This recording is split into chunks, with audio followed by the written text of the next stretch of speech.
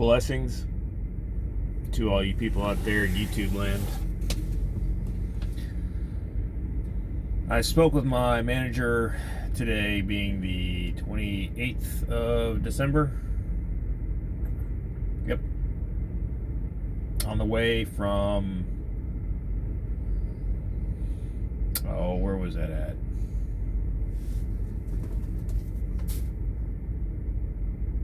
Columbus, Ohio to Edwardsville, Illinois.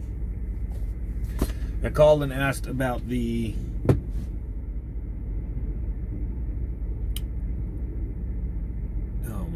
I'm getting a brain fart. I called and asked about detention pay for the load in Irving. And he's going to work something out.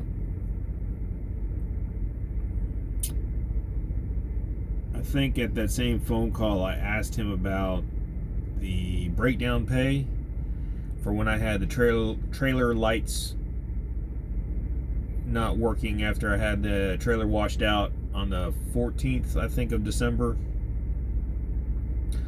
I had told him originally it was 18 hours that I was out, basically, for breakdown pay, but then when I was talking to him on that first phone call, he said, "Oh no, for you out there, breakdown pay only starts after 24 hours.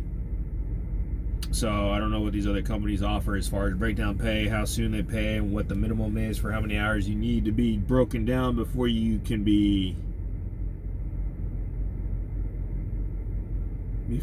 qualify for breakdown pay. But with this company, it's 24 hours. Any opinions of those are mine and not that of the company." So I said 18, and he said, "Oh no, breakdown pay doesn't start till 24 hours. So I started thinking about it after I hung up with him and thought about it. And I was like, wait a second. I know it was 18 hours from the time that it actually went into the shop, because it went into the shop the next morning, or I took it into the shop the next morning, and it wasn't done until midnight of the 15th. But I actually broke down. I had to look it up in the system. It was, thankfully, I still had the messages I sent. The form I sent for the road service was, I think after a week they don't populate anymore. So I still had the messages say or in the system that they haven't deleted or archived yet. So it was, I think, shortly after 2000 hours on the 14th. So it would have been 28 hours, I guess, for breakdown, technically. So I called him back. I spoke to whoever he had somebody else answer the phone. And I told him that, and so they said to look. So I'll see what happens. But yeah, so now I was able to drop my appointment. It was actually a beer run too. B.E.E.R.R.U.N, B.E.E.R.R.U.N. That beer and kegs were supposed to have been dropped off tonight at 2200. I left Columbus this morning after I scaled out and moved my fifth wheel around and all that. I left the shipper at, I think, shortly after 3 o'clock. Went down to the scale. So they had the scales there at the shipper. I think their scale said I weighed at 79,500. And both axles were over, the drives and the trailer axles were over, I think it was 34,000 and a couple hundred pounds. And I had the trailer axle slid all the way forward, and my fifth wheel was basically centered on my drive tandems. So the only thing I could try, because the guy was, when I was talking to the guy, he's like, "Do you want to accept the load?" And I was looking at the numbers. I'm like, "No." So, "Do you want to go back and get it I forgot what the word he used, but basically either get something taken off I'd have to get something taken off if I couldn't get my axles or my weights, fifth wheels to slide around. So I was like, give me a minute, let me go try moving my fifth wheel to see if I can get it in, to see if I could dial it in, basically.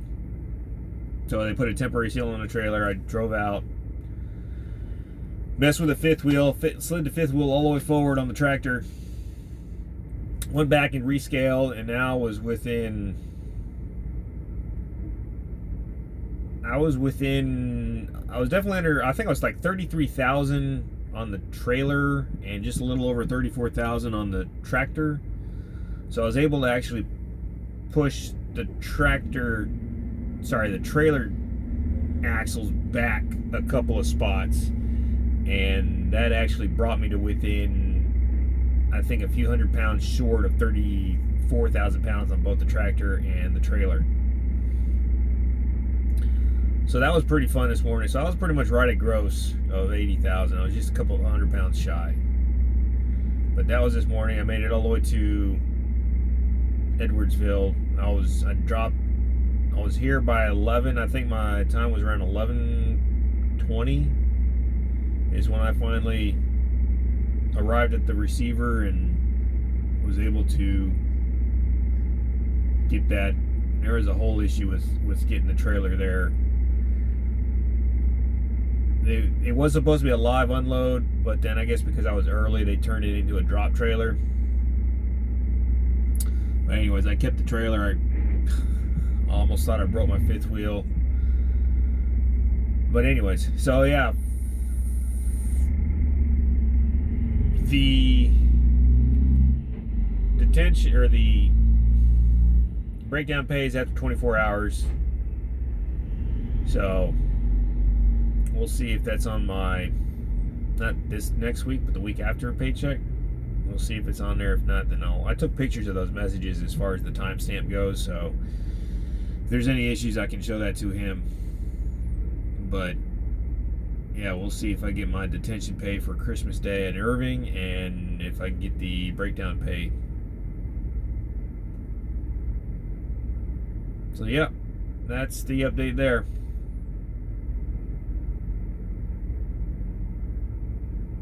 This next load, they have me shuttling around trailers here in Edwardsville,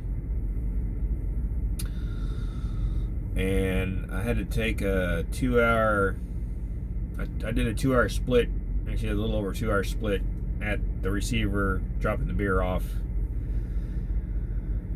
So now I'm debating on whether or not to do 8 or 10 reset. If I do 8, I can get to my next appointment by the correct time. But then I say it's complicated. It's just, there's a couple options. It's just going to be my load coming from here going to Ogden, Utah. It's going to have a late start, and it's due, what day is that? I think it's New Year's Eve. No, New Year's Day. Right after midnight on New Year's Day. Drop loaded trailer. So we'll see how the weather. I'm gonna have to look at the weather forecast, because I know here recently they had some snow going on that way. So I'll have to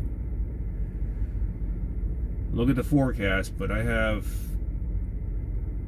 29, 30, 31, 3 days. But I'm getting tired, so I better call it quits. But that was the update on my detention pay and my breakdown pay. I'm gonna go brush my teeth and get some sleep.